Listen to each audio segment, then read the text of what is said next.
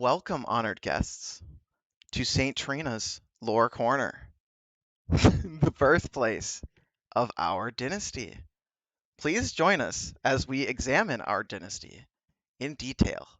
Today, we're going to be talking about what you wanted to hear. What the heck's going to happen in that DLC? I know exactly what's happening. I know all the secrets. You got to stick around. No, I'm just kidding. But I do have a ton of imagery to talk about, a ton of symbolism to talk about, and I am going to make predictions.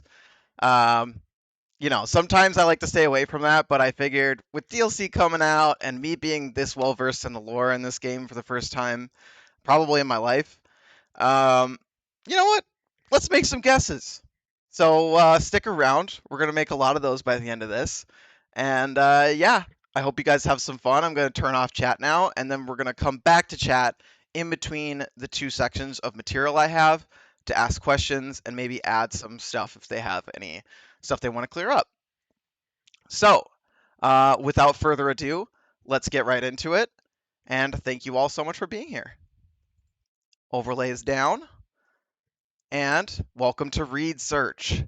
That is the name of this project. It's probably going to be a 3-part series.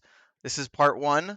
And so if you want to, I hope you stick around and find out what I have to say in the next 2, because they're going to be about the same size. A lot of research to go over. A lot of research.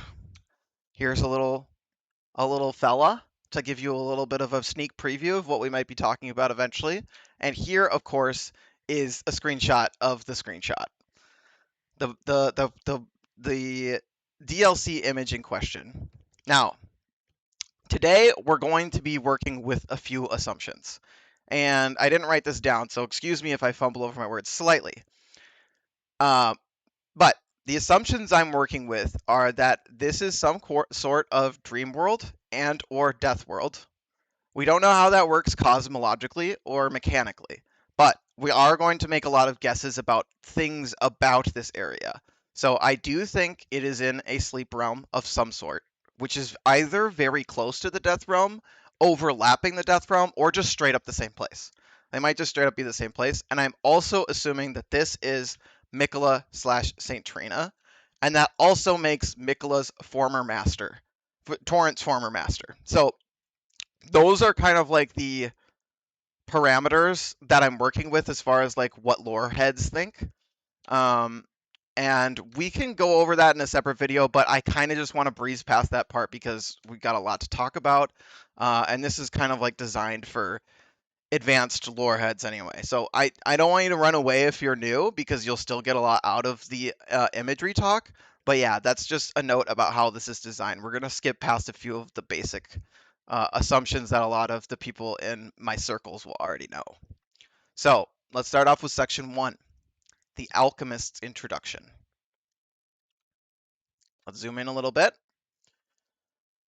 Miquella likes swords, like a lot. So much so that I will be astonished if a dual-wielding adherent of St. Trina does not invade us in the DLC. Please take a moment to read all 4 of these swords, and then note that the ornamental straight sword is actually used by the Grafted scion. I'm not going to read them here. I'm going to give you guys a second to look over these ones, and you guys can pause it on the YouTube video. I'm just going to give you guys a second to look here, because we're going to talk about all the important parts of the text. So this is just to get people up to speed. And note here that this is a golden epitaph is a sword that commemorates the death of Godwyn the Golden. It is not Godwyn's sword. So I do not assume he may be a straight sword user, but I do not assume that he is a straight sword user. I actually think Miquella had this sword made because he's the one who loves Godwyn the most, seemingly, or at least was the closest with him. So now we're talking about these 4 swords here. So at first glance, this looks not Miquella related, the ornamental straight sword. However, note that its position is right in the middle of other Miquella related swords. I propose to you that this sword Oh, excuse me. Let me zoom out a little bit. I remember I had a special number that I go to. I propose to you that this sword is Miquella related in a symbolic manner because they both relate to Western Hermetic alchemy. And I am coming to a very specific version of alchemy when I mention that. Allow me to explain what I mean. The steps to create the Philosopher's Stone are different from tradition to tradition and even alchemist to alchemist within the same year. As such, I think it is dubious to assume we know exactly which tradition or which set of symbols should be used. However, we can make some broader stroke statements about what types of symbols we expect to see, to some degree at least. On a broad symbolic level, this is just about alchemy in general. Alchemy takes some form of earth called a prima materia. We're not quite sure what the prima materia is. That's a big part of the speculation is what do you start with, what do you end with. But anyway, point being, we take that prima materia and we send it through a series of chemical reactions that eventually produce the Philosopher's Stone. Boing! Which can then transmute any base metal into gold and cure ailments which are not otherwise curable. Mercury, aka Quicksilver, is the metal that facilitates transmutation. And actually, that's not true in all forms of alchemy. We take that as a given nowadays, but that's actually not true. There's multiple different schools of thought that didn't really use mercury before they really brought it into the equation. That aside being done, um, Quicksilver is a metal that facilitates transmutation, and the divine hermaphrodite is what must be created in order to create the Philosopher's Stone. So basically, you're doing a bunch of chemical reactions that create the divine hermaphrodite, and then divine hermaphrodite is kind of like this mystical. It's a being, but it's not really a being. It's more like a chemical mixture that produces the Philosopher's Stone at the end. So those are the basic images that I want us to have to start out. So, why do I think that's related to Miquella? Indeed, all of these symbols map quite nicely onto Miquella's storyline. As a divine child of Marika and Radagon with rampant hermetic imagery, Miquella is our prime candidate for a divine hermaphrodite. Saint Trina, his alter ego, is the Quicksilver to his unalloyed gold. So you put them together, that's how you get the Philosopher's Stone. However, I do wonder how Godwin's golden imagery plays into the equation. You can see how we are quickly getting into the reeds, trying to line them up perfectly already. Here we have a picture of Miquella in his divine, well, it's not literally Miquella, it's the divine hermaphrodite, but it has a lot of Miquellan imagery. We have the egg, we have a universe within the egg, we have two characters that are sharing a body, and we have a male soul and a female soul. So that's just something to get us in the right framework. Regardless of the discrepancies between alchemists, the iconography in everything Miquella related agrees. This is our traditional alchemical storyline. So, we need to revisit the symbolism in our analysis of the DLC art. And that's what we're going to do today and in the subsequent videos. If you are not convinced, simply consider the mural to our left from the Haligtree and compare the hermetic flasks depicted to the ones from Splendor Solis, which we will examine shortly. We already saw the Splendor Solis with this divine hermaphrodite, but now let me show you a few other things. Right here, we have a mural that is all over the Haligtree with beautiful hermetic flasks right here, and even a weird one where it seems like a figure of a womanly figure is breaking out of the glass and has hair that is swirling up around her and outward. I want you guys to keep that in mind for the next video because we're going to go into that, or it might be the third video, but we are going to go into this eventually. So just keep this one in mind. But really what we're trying to compare to is this one. And I'll show you what we're going to compare it to in just 1 second. And also note the eggs. 3 eggs, very classic. So the one we're going to compare it to is right here. We're gonna compare these again, so don't worry. But note the shape of the flask, the fact that a homunculus is seen within, and most importantly, actually, is this little crown right here. If we come back to our picture, you can see it's got a little homunculus dude in here. He's got some owl imagery, so that's more things to consider. But most importantly, it has foliage right here where a crown would go on a hermetic flask. So it's speaking to some sort of hermetic tradition that has maybe a little bit more naturalism worked into the philosophy. So let's talk about what we can say about alchemy, since I just went over why it's dubious to assert that you know what you're saying about alchemy in the first place. What I am comfortable saying in alchemical analysis is which phases I think are being referenced by certain color schemes. That's pretty easy to prove. Alchemists use colors to signify very specific parts of the overall process. And I would like to zoom in on one alchemical topic and work our way back to the flasks from there. That topic is the process of sublimation.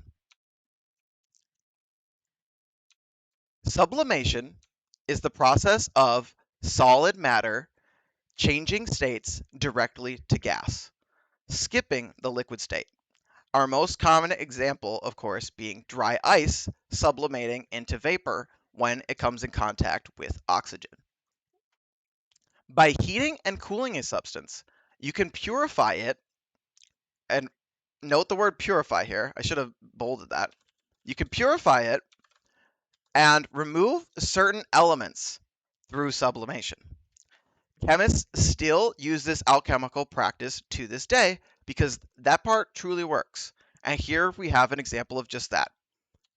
Here we have like a little, this is called what is it called again? A cold finger. So basically you're heating a mixture, you're getting it all the way into a gaseous form so that certain elements can flow freely.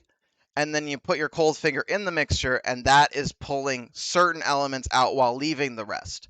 And that is what they're doing here to collect pure Nicolecine in this particular example. So in alchemy, sublimation is used a few times on the path to the Philosopher's Stone. No big surprise there. But one in particular is what I would like to call your attention to. This step is Venus, the peacock.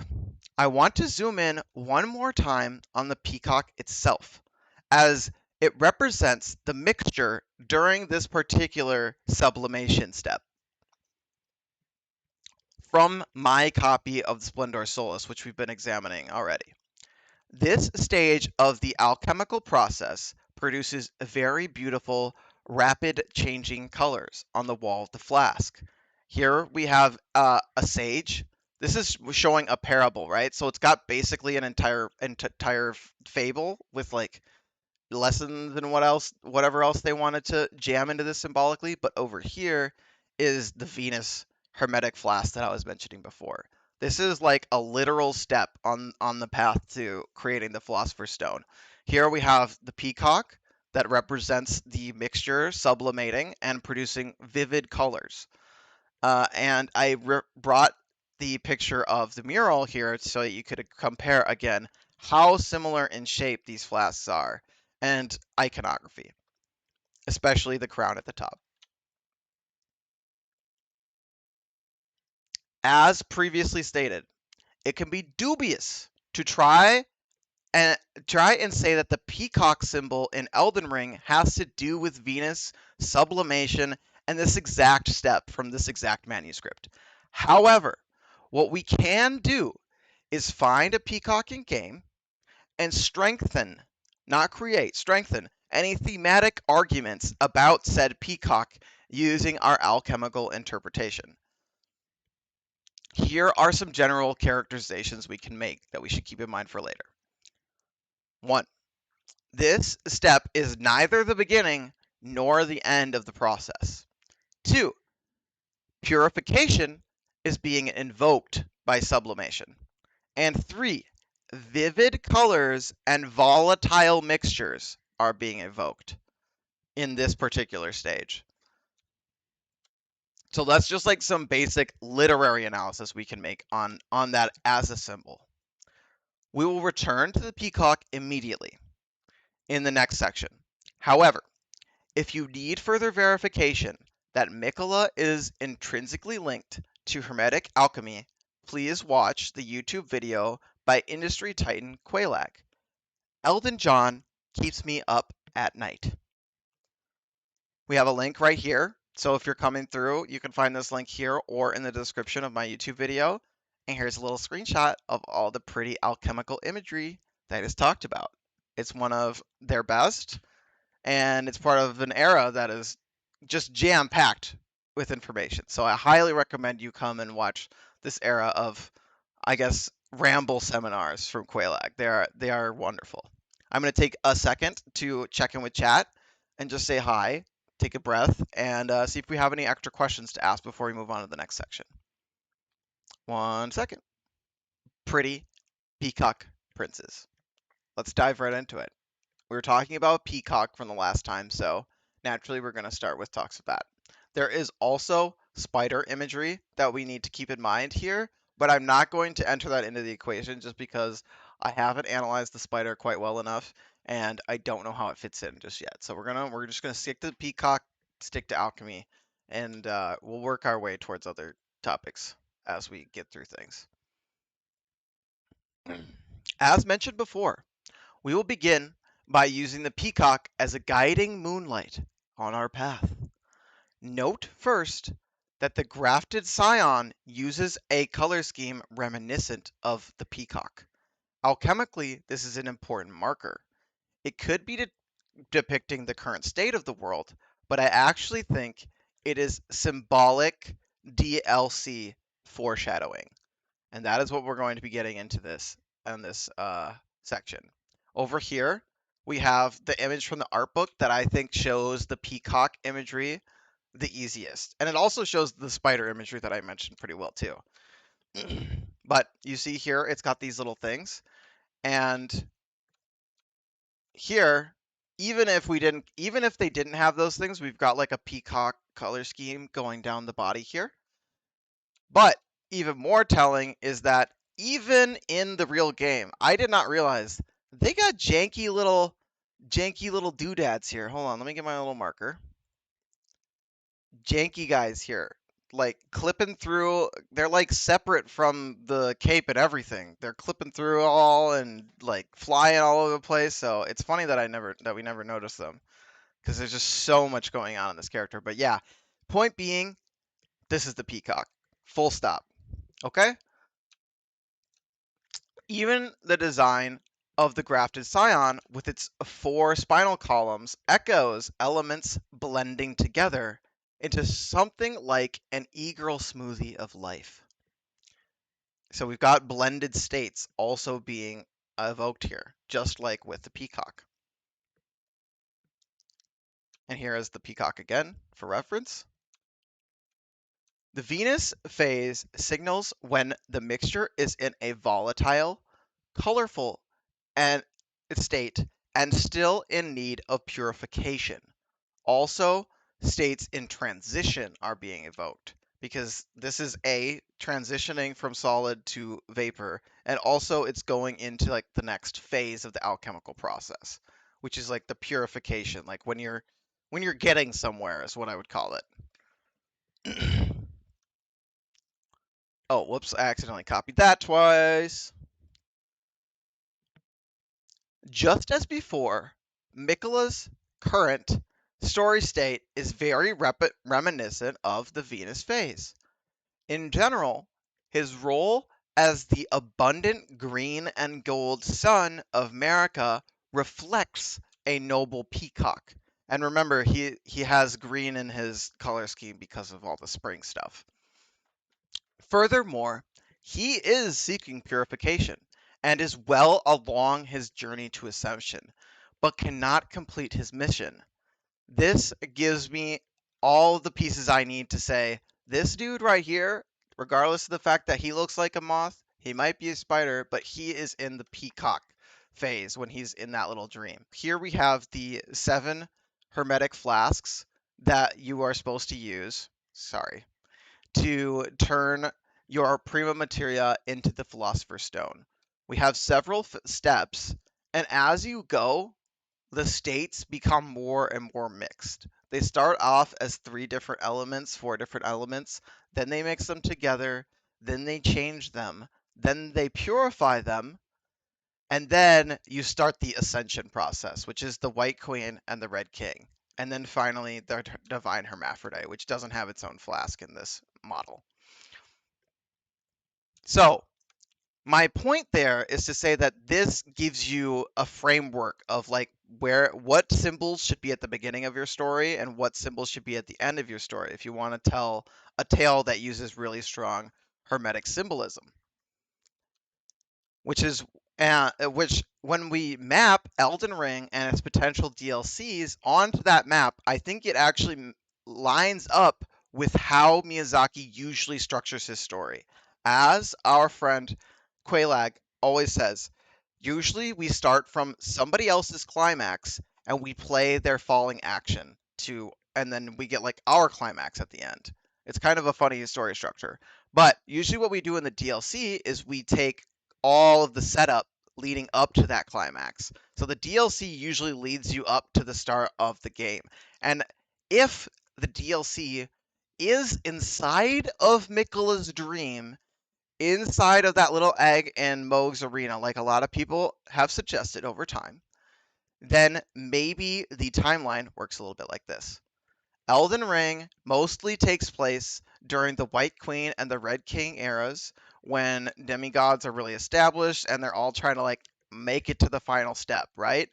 But maybe if we're doing a slight prequel that's inside of Miquella's dream, the peacock is the perfect symbol to line up with that chronologically. And also, I included the Barbarians of the Badlands with the 3-headed dragon soul because I thought it was cute. That one's not real. It's not a real leak, you guys. Don't come at me in the comments. It's just for fun.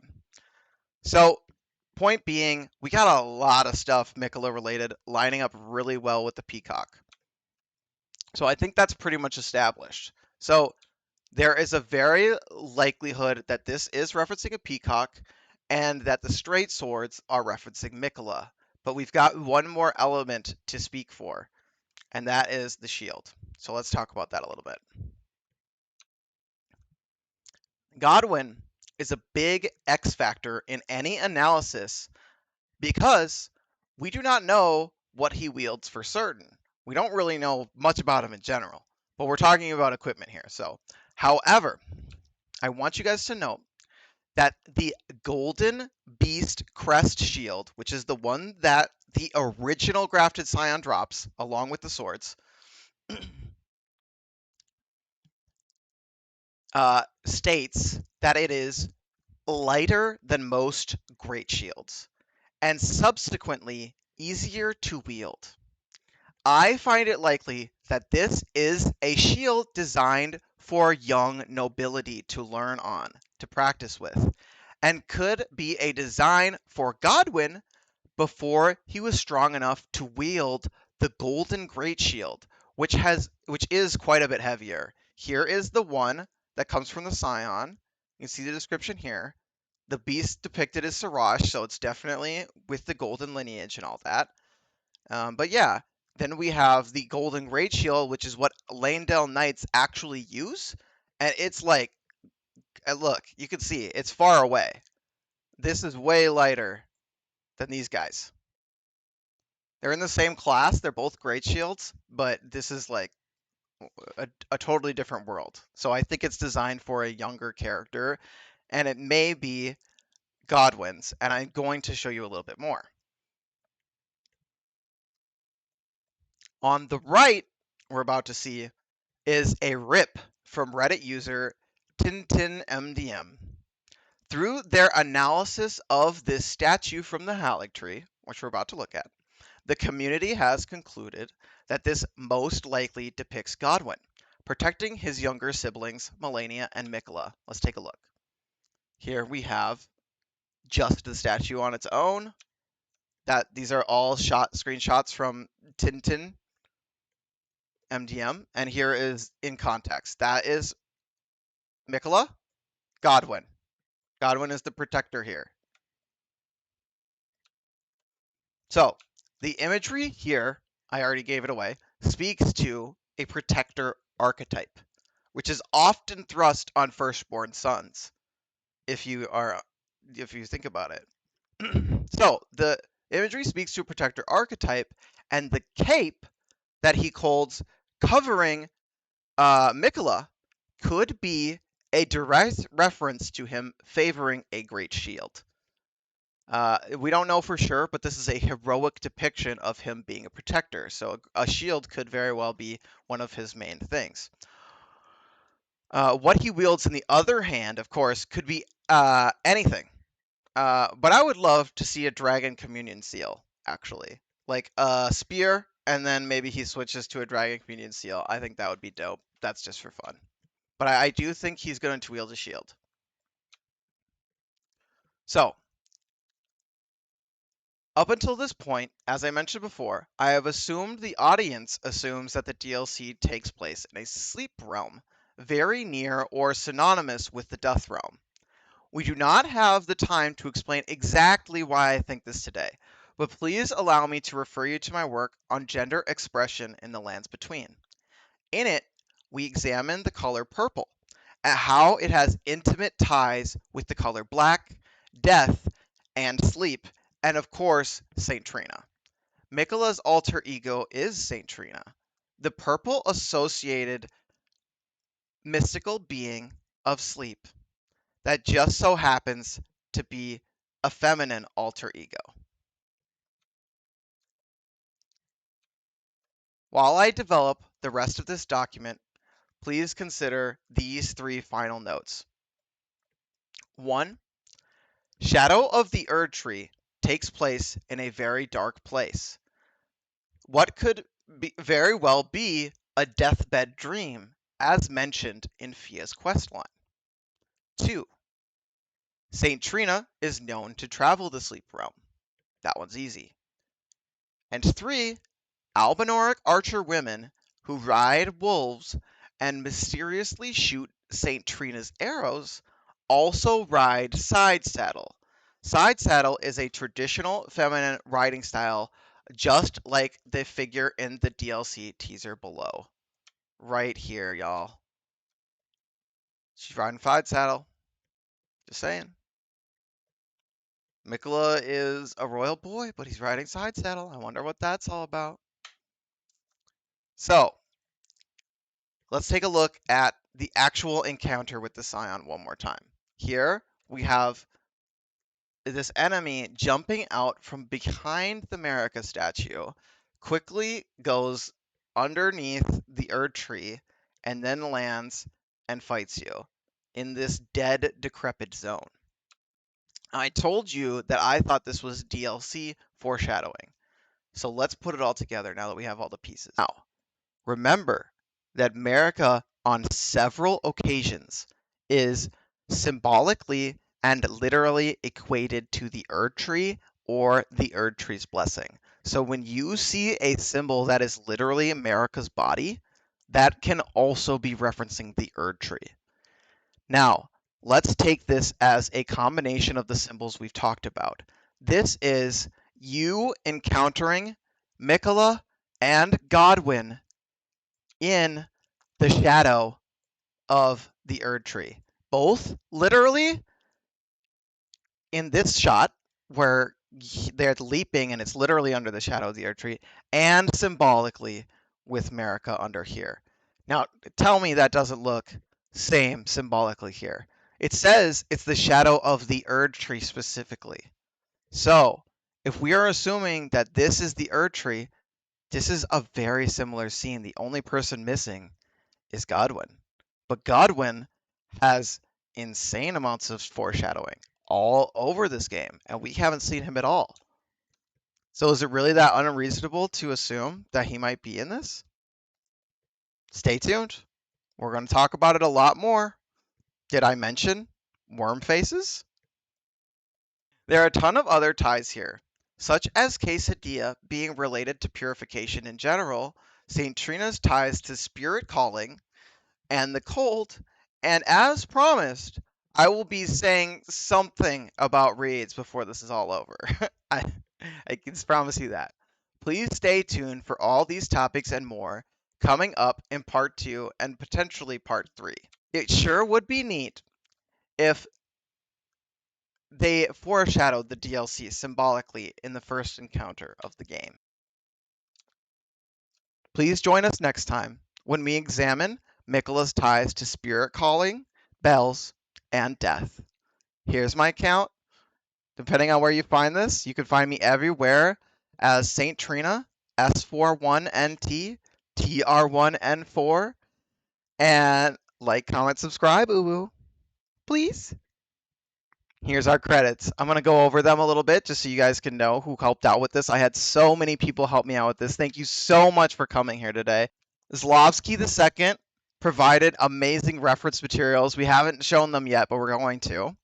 Crest, that gave me Gwendolyn shots from YouTube. Only helpful books. You look super cute. Mint, thank you for gifting that sub. Just like Lazy Lou. Yeah, let's go. So, only helpful books for identifying the Altus bloom as aloe, which kept us off the wrong track with this one. Little Church lore for researching the field of reeds. Ingenue / Quelaag / Zinguini for insane amounts of research on all of the topics we're going to be talking about. Ocean Zero Blue for creating an OC family with ties to all these characters, making her a perfect sounding board for this project. We have Sinister Stromboli, Teen Sith, and DFD, all from Last Protagonist Lore Discord, for helping me with research and counterpoint development. Emily is the pants for research into spirit collar snails and worm faces with great screenshots of everything. And of course, my dear Hyacinth artist for Filianor screenshots and research. Right here, that's Filianor. She's also got an egg. I don't know if she's a hermaphrodite. I'm going to have to play Dark Souls 3 and let you know. Okay, everybody. Thank you so much for coming. Love you. Bye.